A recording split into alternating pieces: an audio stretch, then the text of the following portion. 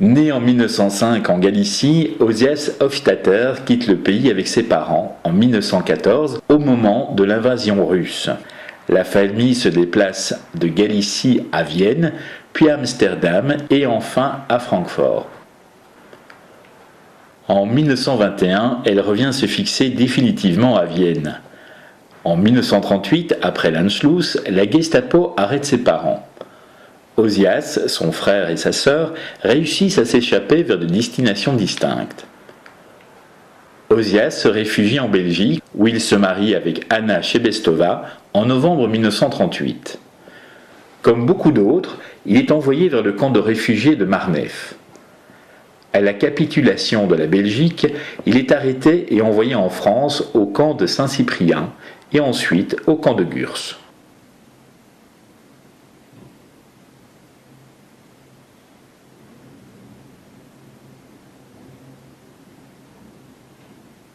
Son frère et sa sœur, ayant réussi à gagner la Suisse, l'aident à s'échapper du camp et il s'enfuit vers la Suisse. Il est arrêté par la police de la frontière suisse et transféré dans un camp de réfugiés. En 1943, avec l'aide de l'Unitarian Service Committee, auquel il avait envoyé plusieurs portraits de ses codétenus, il est libéré et suit les cours d'une école d'art à Zurich. Tout au long de son incarcération dans les différents camps, Hofstadter s'est spécialisé dans le portrait. Pendant son séjour à Gurs, sa sœur lui a envoyé des crayons et des petites sommes d'argent lui permettant d'acheter des fournitures d'art. Les portraits exposés illustrent le désespoir et la dépression de ses codétenus. Ces portraits figuratifs reflètent le stade initial de sa carrière artistique. Un an après la fin de la guerre, Hofstadter retourne à Vienne, retrouve sa femme et termine ses études à l'Académie des Arts Appliqués. En 1948, le couple s'installe en Pologne, à Varsovie, où Osias travaille comme éditeur d'art pour un hebdomadaire et comme professeur d'art. En 1959, ils immigrent en Israël et s'installent à Holon, où Osias travaille comme veilleur de nuit. En 1970, il quitte son emploi et achète une petite maison près de Netanya. Là, il se consacre entièrement à son art. Bien que reconnues relativement tard, ses œuvres ont été présentées dans de nombreuses expositions en Israël et à l'étranger.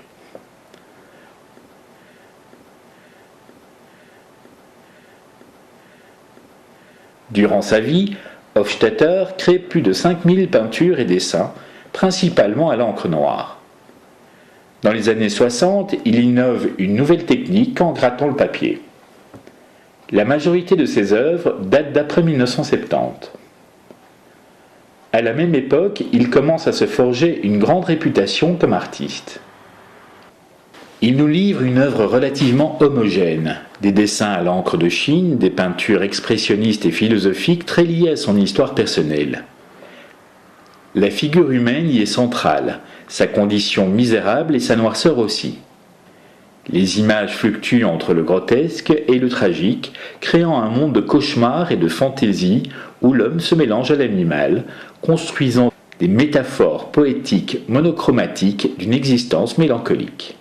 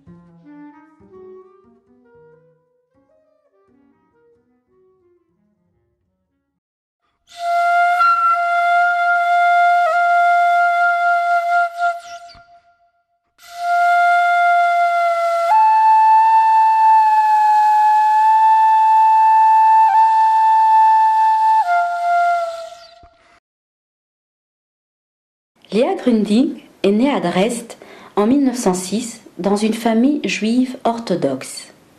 Cela ne l'a pas empêchée de faire des études artistiques. Études qu'elle mène à partir de 1922, d'abord à l'Académie des Arts et Métiers et ensuite à l'Académie d'Art de la ville de Dresde.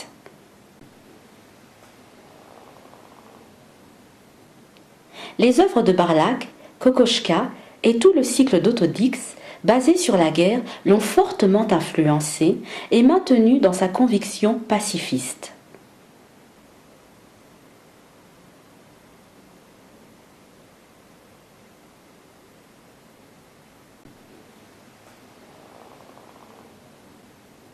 En 1926, elle rejoint le Parti communiste avec son futur mari, Hans Grundig.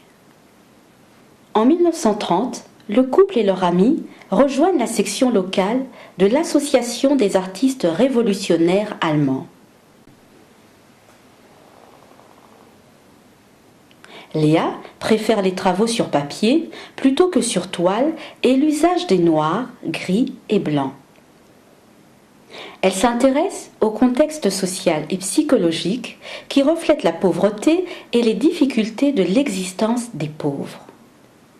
Dans ses travaux datant de la montée du nazisme, on sent les peurs, le pressentiment de la catastrophe, la crainte de l'emprisonnement, de la persécution et le souci du genre humain. Le couple Grundig faisait partie des rares artistes ayant un message à la base de leur création clairement antifasciste. Et cela dans une Allemagne pro-hitlérienne. Ils produisaient sur une presse clandestine, achetée par Hans Grundig, des estampes dénonçant les conditions de vie sous l'Allemagne nazie. Ils risquaient leur vie pour distribuer et faire circuler ces gravures. Léa et son mari furent très actifs au sein du Parti communiste. Et en 1936, ils seront même incarcérés pour cette appartenance. Mais, en 1941, Léa seule parvient à immigrer en Palestine, où elle réside jusqu'en 1949. Son mari reste détenu jusqu'à la fin de la guerre.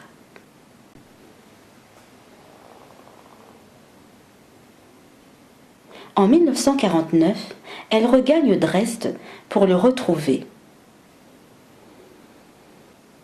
En dépit de son indéfectible attrait pour le communisme, elle a ressenti l'atmosphère répressive de la République démocratique allemande comme très pénible.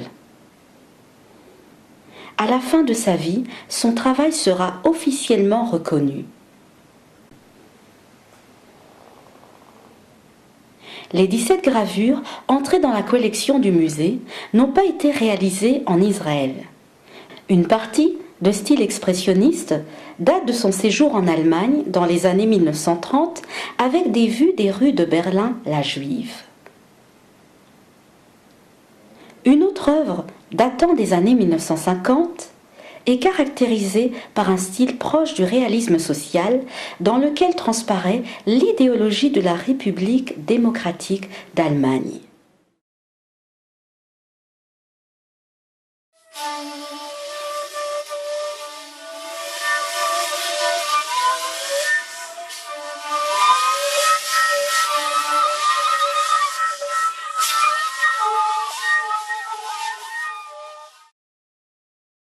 Patricia Diska, née à New York en 1924, nous connaissons peu sa vie aux États-Unis avant son arrivée en France.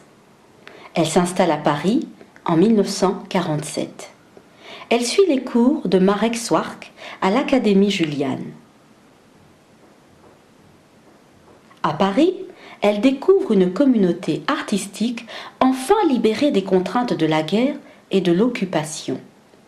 L'art abstrait peut alors s'y épanouir et elle commence à développer une œuvre qui fera le lien entre l'aspect le plus organique de la sculpture et ses penchants plus modernistes, laissant tantôt éclater la matière, tantôt rayonner la forme. Dès 1955, elle est présente dans des expositions parfois collectives, parfois individuelles à Paris, Lacoste, mais également Venise, New York, Vienne, Londres, ainsi qu'en Yougoslavie, en Israël et en Russie. Travaillant parfois la pierre, en la lissant au maximum, ou la fonte, pour y créer au contraire des aspérités quasi minérales, le travail de Patricia Diska sollicite un grand nombre de matériaux. Sollicité en France pour la réalisation de sculptures monumentales, on retrouve plusieurs de ses œuvres dans des cours d'école sur certaines places de localité.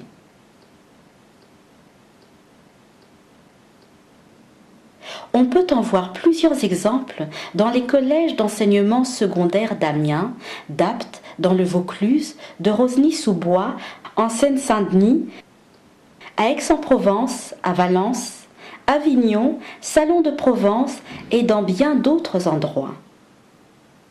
On peut dire de son travail que jamais de son ciseau ou de sa main, elle ne violente ni la pierre ni la terre. Elle les met au travail pour leur faire enfanter des formes inconsciemment présentes en elle. Cubes creusés de cercles, d'escaliers ou de formes mystérieuses, hauts sémaphores de pierre, sortes de totems à la symbolique abstraite, troncs d'arbres travaillés par une technique quasi ancestrale, volupes de feuillage à la forme tourmentée, presque déchiquetés dans la fonte. Que ce soit des monuments à la mémoire, des éléments ludiques destinés aux enfants, ou des fontaines, ces sculptures devenues par son art intelligible demeurent enracinées dans la nature. Art monumental qui cependant ne les sépare ni des enfants, ni du soleil, ni de l'eau, de l'homme ou du vent.